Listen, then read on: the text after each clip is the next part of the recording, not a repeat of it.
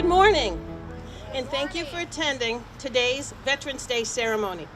My name is Gail Sawyer. I'm the chairperson of the Acton Public Ceremonies and Celebrations Committee. Today we will begin with a moment of silence for those who have not come home to their families.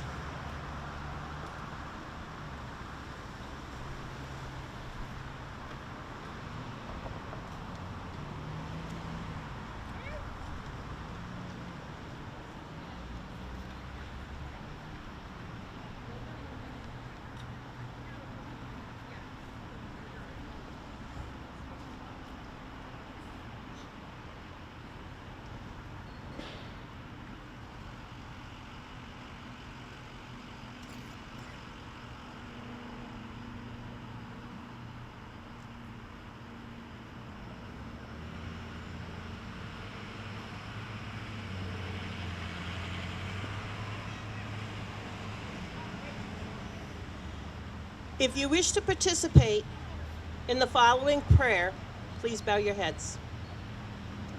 Dear Lord, today we honor our veterans, worthy men and women who gave their best when they were called upon to serve and protect their country. We pray that you will bless them for all their unselfish service in the continual struggle to preserve our freedoms, our safety, and our country's heritage for us all. Bless them abundantly for the hardships they have faced, for sacrifices they made, for their many different contributions to America's victories over tyranny and oppression. We respect them, we thank them, we honor them, we are proud of them. We pray that you will watch over these special people and bless them with peace and happiness. Amen. I would like to introduce the District Director of Veteran Services of Acton and Boxborough, James McCraig.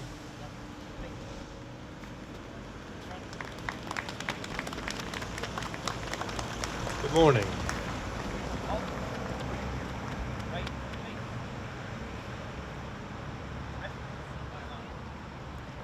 Please join me with the Pledge of Allegiance. I pledge allegiance to the flag of the United States of America and to the republic for which it stands, one nation, under God, indivisible, with liberty and justice for all.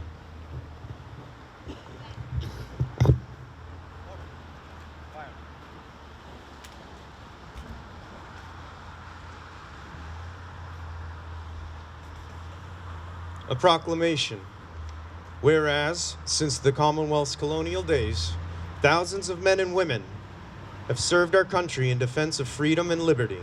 And whereas, on November 11th, 1918, the armistice was signed in the forest of Champagne by Allied nations and Germany, ending World War I, the war to end all wars, after 4 years of conflict.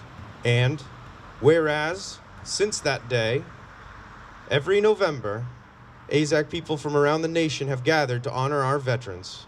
And whereas there are approximately 300,000 veterans living in Massachusetts, and whereas today we are reminded of the great sacrifices and contributions our veterans have made to our country. And whereas we honor and salute those who served our country throughout the generations with honor, patriotism, and courage. And whereas it is appropriate that all Massachusetts citizens remember the bravery of those who served their country, so that their dedication and sacrifices serve as a reminder of the cost of our freedom.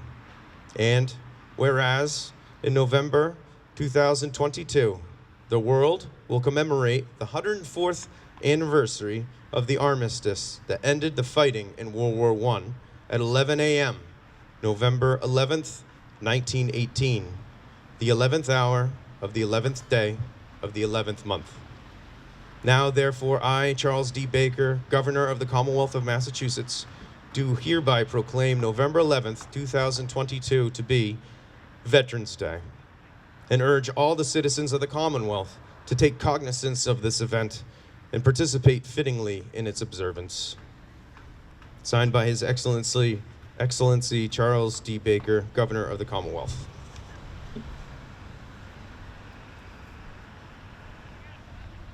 And with that, I'd like to welcome you all to this year's ceremony.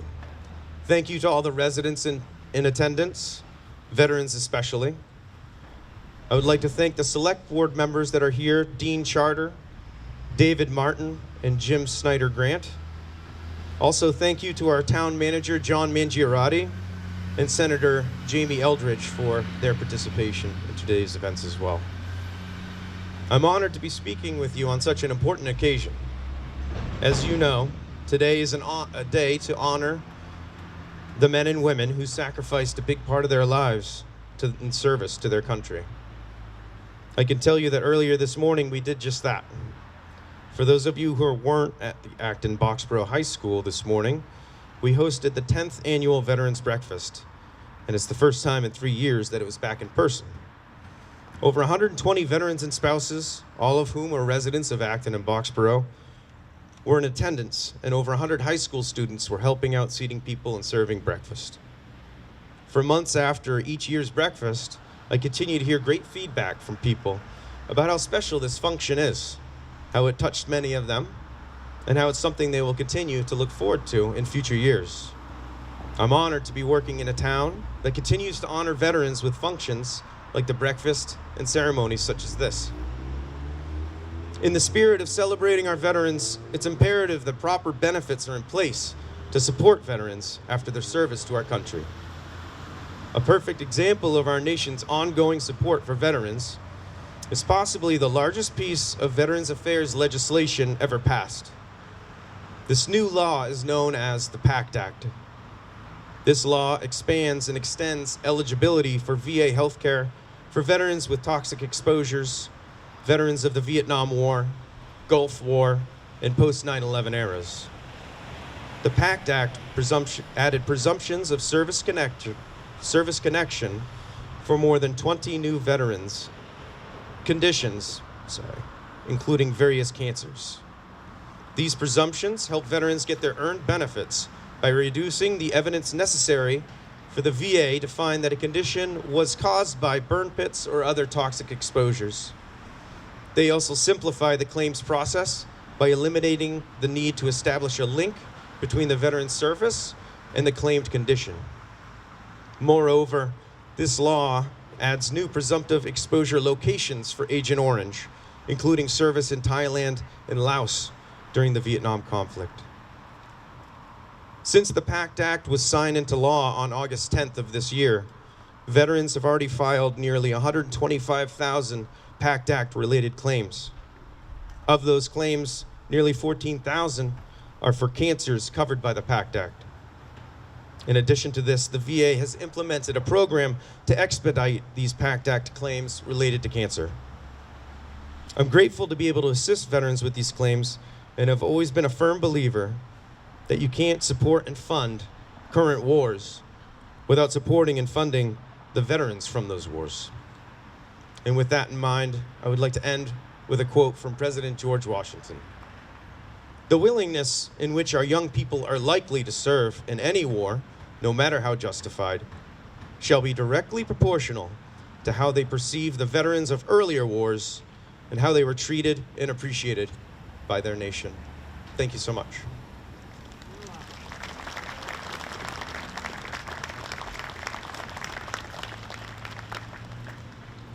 Thank you, James.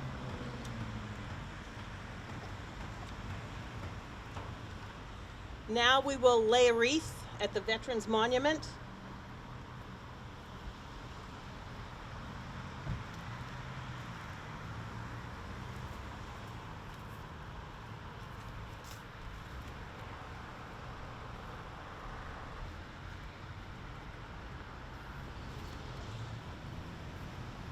And the Acton Minutemen will now fire 3 volleys.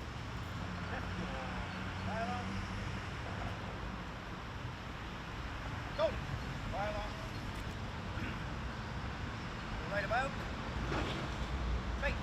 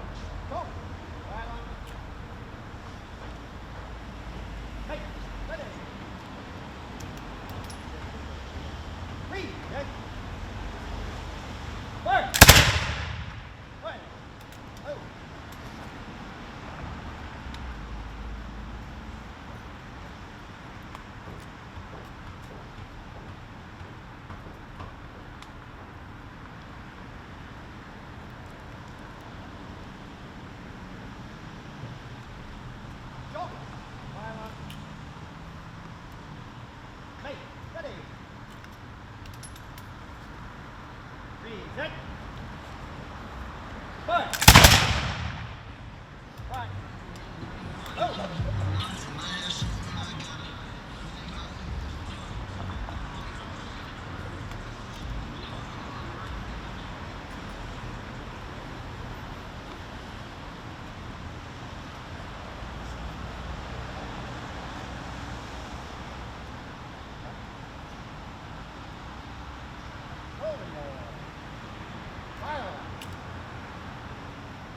Hey, ready.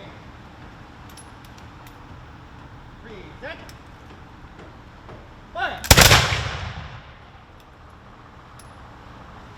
Camera stalls on. Hold it. Fire. Right enough. Hey.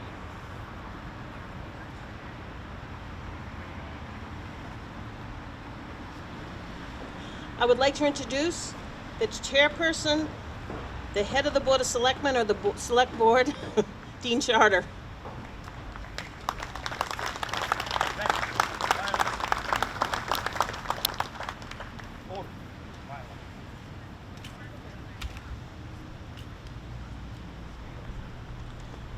Good morning.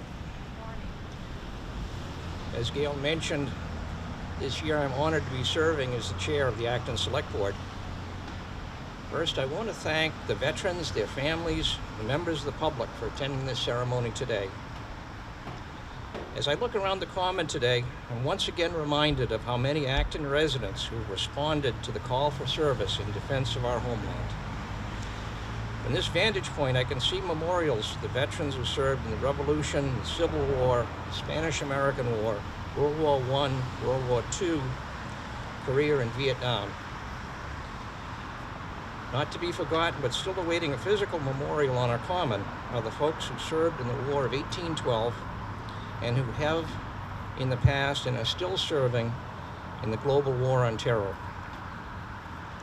Sadly, all too often, the sacrifices of the veterans are overlooked by our community, and it is important to always remember them through events such as the Bugles Across America and the many programs offered by a veteran service officer, Jim McRae. Our veterans have stepped up to protect us, and the rest of us need to let them know in physical reminders such as monuments, in support of programs for veterans, and just a simple act of a handshake and a heartfelt thank you, how much we appreciate them. I am not a veteran, so I can imagine, but I will never really know what veterans have gone through. So I rely upon a poem written by United States Air Force Master Sergeant Merrill Vaughn to conclude my remarks. They are forgotten, these men and women, many of whom delayed their education. They gave up their lives to answer our nation's bell. Some served in places that only equaled hell. They went to war, these brave young men and women, wars that were fought against tyranny and oppression. They used so much of their young lives. Some hopes and dreams were shattered beyond belief. They preserved and protected our way of life we hold so dear. Some came home broken in body and spirit, their friends no longer near. Some are homeless and lonely, that only others know. Memories fade as they come and go. Some hide their memories of horrors they have seen, in hopes the nightmares do not return so they can sleep. Some are placed in nursing homes only to be cared for by strangers, to be forgotten by friends and family members. Yes, these are our veterans, some broken and forgotten. Let us never forget who they are and always remember them. On behalf of the town of Acton, I thank you for your service.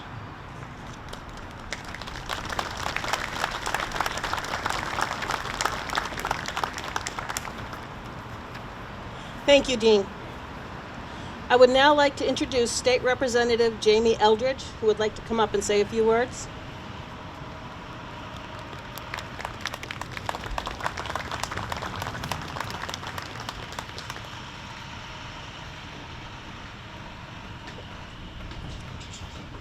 So good morning. I want to thank all the veterans and their families for their dedicated service, all the members of the public who came out today.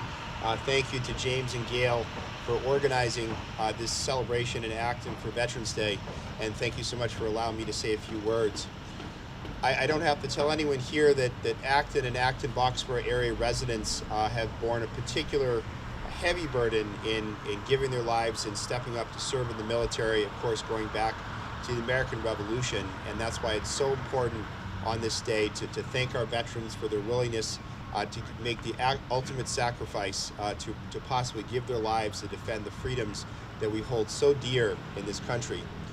And I often think it's important to emphasize what some of those freedoms are inscribed in our U.S. Constitution, many of them in the Bill of Rights in the First Amendment, including the freedom of speech, the right to say anything we wish, anywhere, the freedom of religion, the freedom to practice any religion we wish, the freedom of assembly, the freedom to gather anywhere we wish, and the freedom from government prosecution.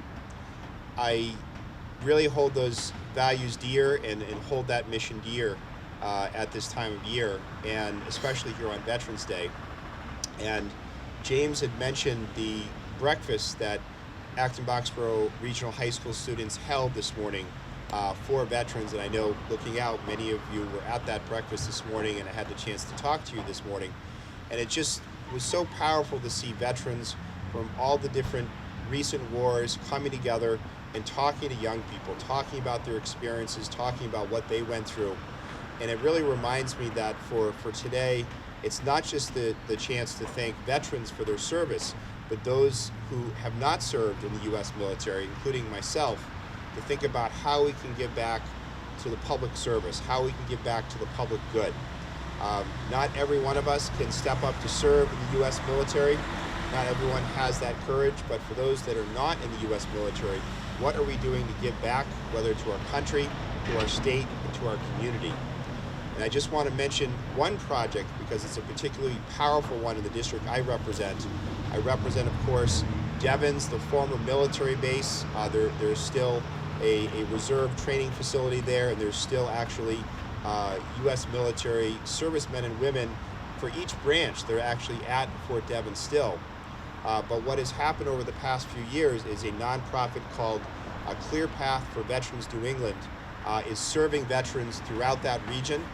There's a very high number of veterans that live in this region. And what we're doing now is we're building a shelter for homeless veterans. We know that when people serve in the military, it is almost always a path to success, a path to high achievement. But there are those that are left in the gaps of society, those that are left in the shadows of society. And this is an effort by ClearPath that I really admire. And I would just ask people, whether it's supporting ClearPath, whether it's supporting the vast variety of veterans organizations from the American Legion to the Veterans of Foreign Wars, whatever you can do to give back to serve veterans, not just thanking them today, but finding a way to support those, especially those who are more vulnerable in our society. Thank you so much for giving me a few minutes to speak. Again, my deepest appreciation to veterans who have served our country, and it's an honor to stand with you today. Thank you very much.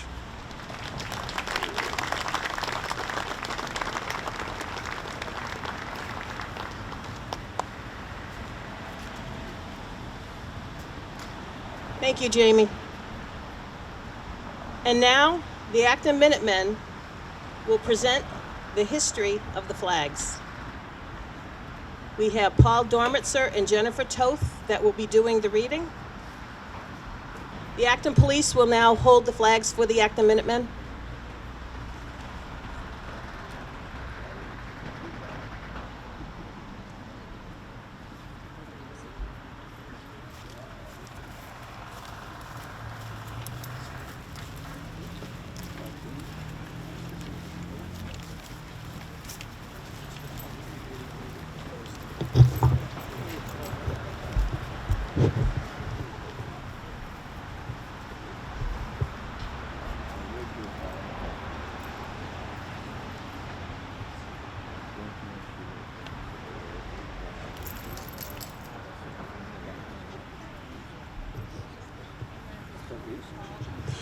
Good morning.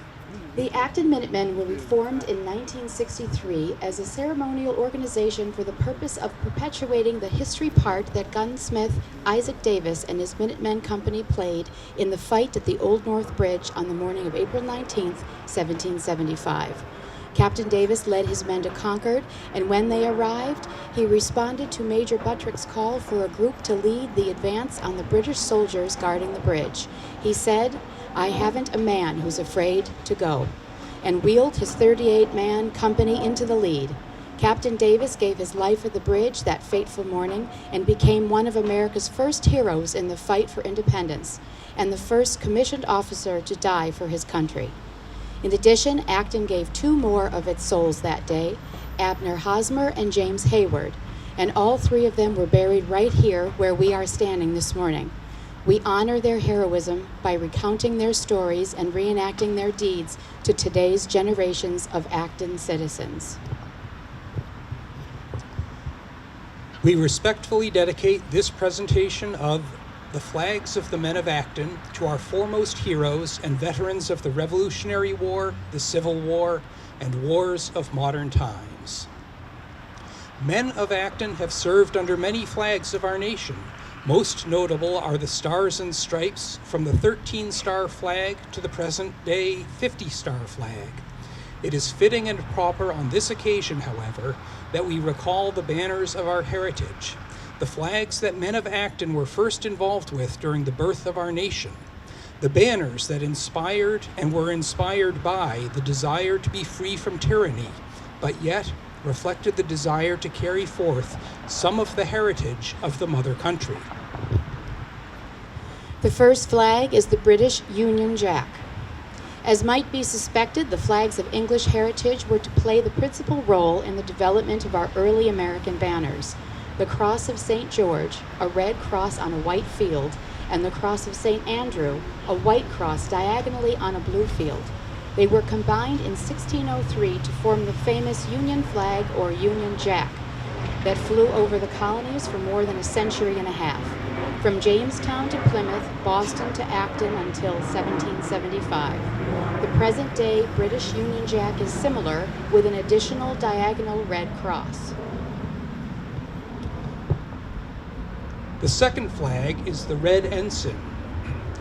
The Red Ensign, or Meteor flag, was commonly seen on merchant ships as well as the man-o'-war. It was the flag of General Gage and Lord Howe as they occupied Boston and the countryside during the brewing storm of the 1760s and 70s. This flag became the basis of some of the more important flags of the colonial resistance, as we shall soon see. It inspired the Endicott flag, the Newbury flag, the New England flag, and with the word liberty in bold letters, the Taunton flag in 1774. The third flag is the colonial ensign. As the New England colonies developed a flourishing maritime trade, a popular and widely used flag became this colonial ensign, a version of the red meteor. During this time, the colonists were busily devising all types of local flags. Another of these was the New England flag, substituting a blue field for the red field, causing it to resemble another British sea flag, the blue ensign. At the conclusion of the series of conflicts involving most European nations and their North American colonies in the first half of the 18th century, new problems arose between Great Britain and her colonies. With the conclusion of the 7 Years' War and the expulsion of the French from America in 1763, the great foreign menace was removed. Thoughts turned to new relationships, imperial and local problems with the mother country. Colonial assemblies were at loggerheads with the royal governors. New crises in colonial politics occurred. The most notable was the Stamp Act troubles of the 1760s, subsequently the Boston Massacre of 1770, the Boston Tea Party in 1773, and the closing of the Port of Boston in 1774 set the stage for war. Our fourth flag is the Continental flag. The pine tree, long a symbol of New England, soon found its way to the banners of revolution.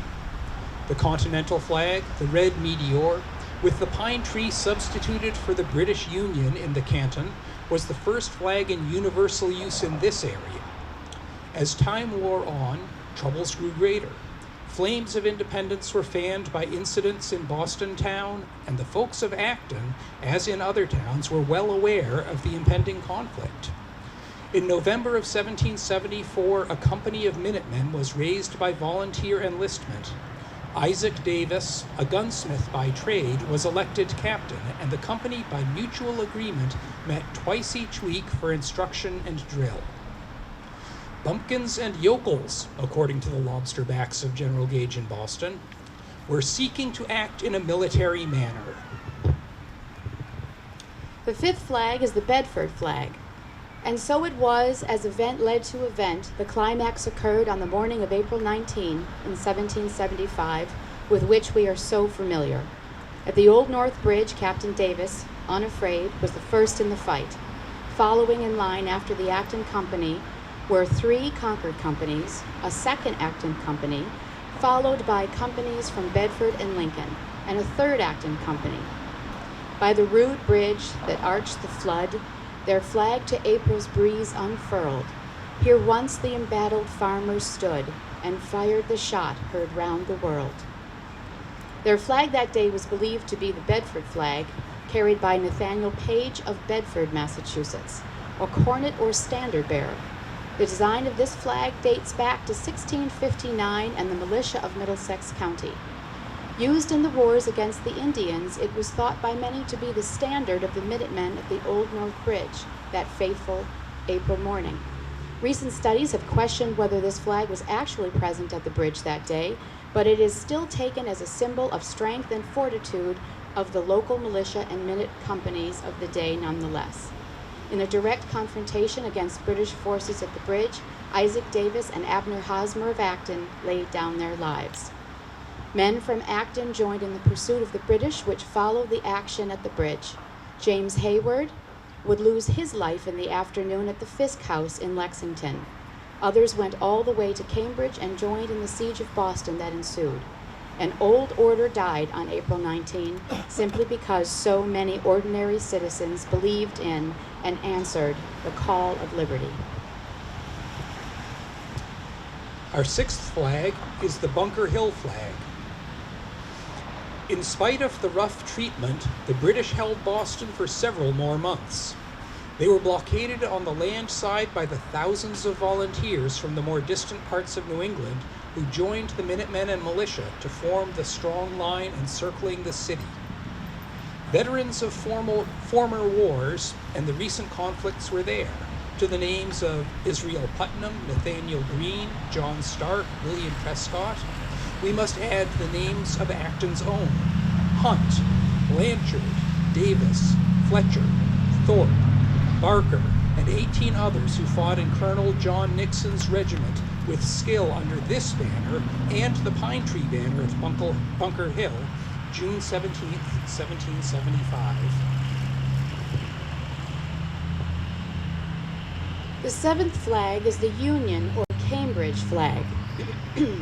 In the latter part of 1775, the Continental Congress, recognizing the need for a continental flag, appointed a committee of Benjamin Franklin, Benjamin Harrison, and Thomas Lynch to journey to Boston and there confer with George Washington regarding a national flag. The idea of a new and opposing flag was not accepted unanimously. Many hoped for reconciliation with England, including Washington, and the conference of December 13, 1775 was a heated one. However, it was at last decided that a flag should be devised which would contain a bold element indicating the colonies were united and the union of military strength would be a prominent feature of the new banner. The result was the Grand Union flag, containing the crosses of St. George and St. Andrew on the blue field, with 13 stripes, alternating red and white for the 13 colonies. It was officially hoisted January 2, 1776 by George Washington at Cambridge as the standard of the Continental Army, and hence is sometimes referred to as the Cambridge flag. It remained our national flag until June 14, 1777. Men from Acton served under this flag at Dorchester Heights in the Siege of Boston and later in the Battle of White Plains, New York. Our eighth flag is the Liberty Tree flag. On March 17, 1776, Lord Howe and General Gage, under pressure of newly positioned cannon of the rebels, were forced to evacuate Boston. Before evacuation, however, General Gage chose to cut down one of the symbols of resistance, the Liberty Tree, the rallying point of the Sons of Liberty. While the Union of Cambridge flag was the flag of the nation, symbolic banners of local resistance continued to be used. The Liberty Tree banner was born to perpetuate the symbol of continued resistance to British rule in Massachusetts and the nation. The ninth flag is the 13-star flag. In 1777, it is said that a committee consisting of George Washington, Robert Morris, and Colonel Ross called on Betsy Ross and asked if she could make a flag after the design they showed her. She agreed, but suggested that the stars be 5-pointed, the French rule, rather than 6-pointed, the English rule. Legend has it that General Washington described the flag in these words: "We take the stars from heaven, the red from our mother country, separating it by white stripes, thus showing that we have separated from her. And the white stripe shall go down to posterity, representing liberty." The Stars and Stripes was born in the midst of combat. It was a banner of people in travail.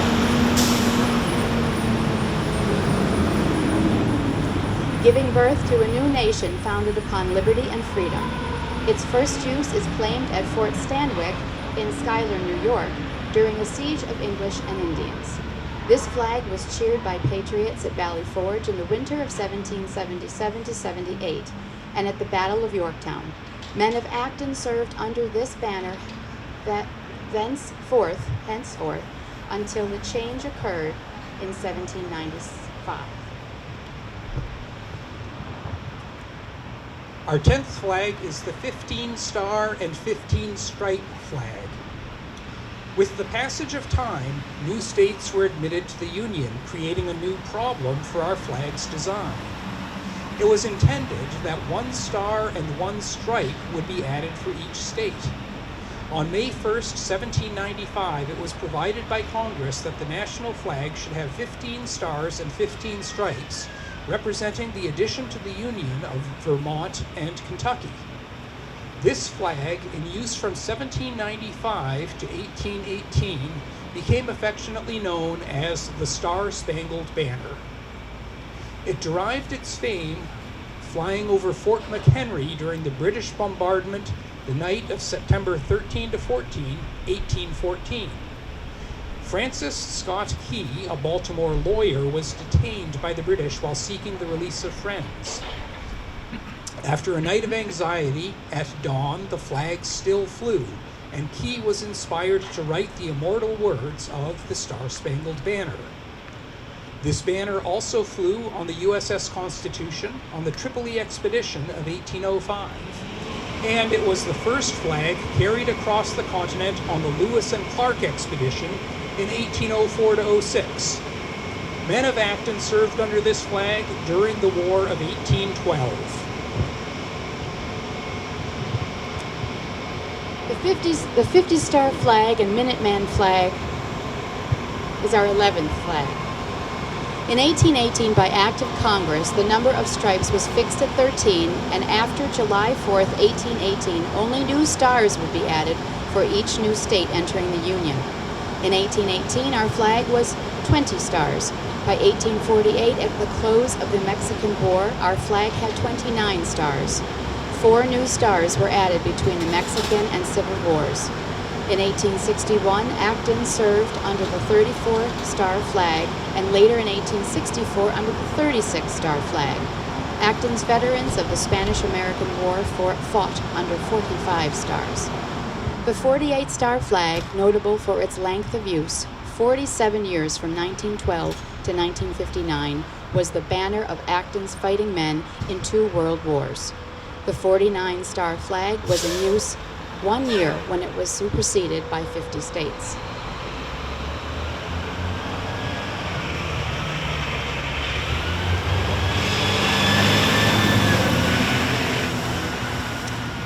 As we look back on over 200 years of history, we are reminded that our forebears, under many different banners, have given the last full measure.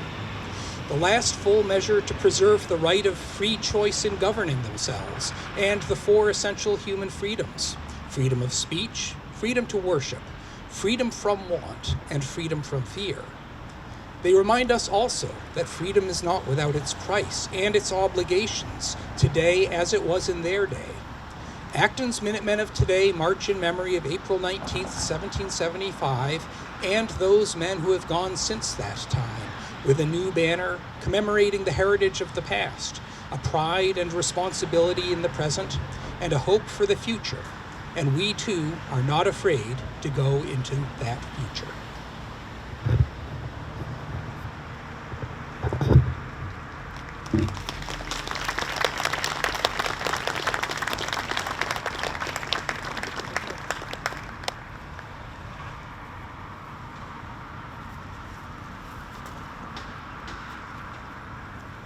Thank you, Paul and Jen, for that presentation. I would also like to thank the Acton Police for taking that on as a last second. Thank you so much.